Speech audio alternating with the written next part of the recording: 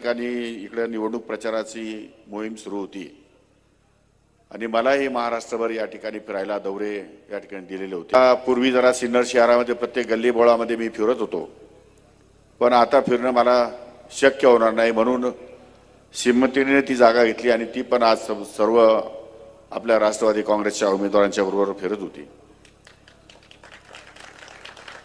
आणि चांगल्यापैकी विश्वास, चांगल्यापैकी वातावरण गेली अनेक वर्ष इथल्या जनतेने या ठिकाणी माझ्यावर ठेवलेला आहे, याचा मला अभिमान आहे। मी कुठेही राज्यामध्ये गेलो आणि कुठेही काहीही बोललो, कसंही बोललो, तर एक गोष्ट मात्र नक्की आहे की मी खोटं कधी बोलत नाही। आमच्यामध्ये काही गोष्टीचं साम्य आहे, मला खोटं बोलता येत नाही आणि लोकांचा विश्वासघात करत नाही। कालच्याही निवडणुकीमध्ये नगराध्यक्षपदाची उमेदवारी करत असताना आमचे कृष्णा कासार, राजाभाऊ चव्हाणके, विठ्ठलराजे उगले, नामदेव लोंढे अनेक सगळे लोक इच्छुक होते।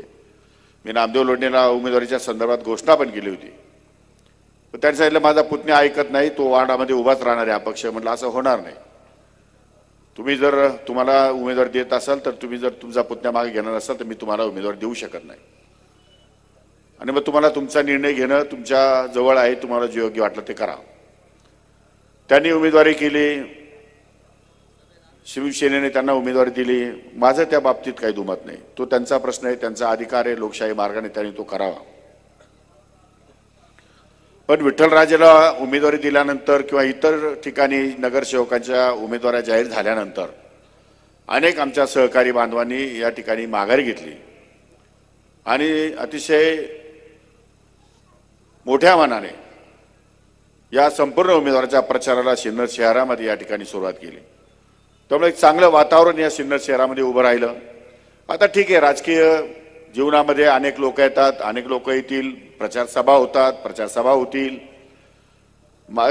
माजी मुख्यमंत्री एकनाथ शिंदे साहेबांची सभा झाली, कदाचित उद्या किंवा परवा माननीय मुख्यमंत्री महोदयाची सभा होईल, त्यांचे उमेदवार आहेत, आपले उमेदवार आहेत।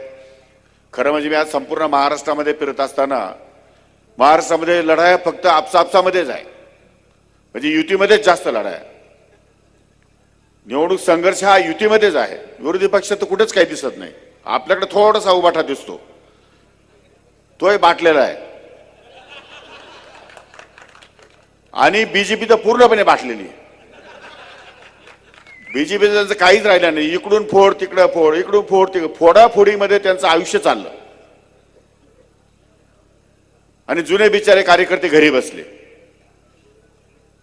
अशा सगळ्या परिस्थितीमध्ये अनेकांना उमेदवारही मिळाली नाही, काही उमेदवार मिळाले, इकडून तिकडून ओढून ताडून काही उमेदवार आणलेले आहेत, पण त्यांच्या डोळ्यासमोर या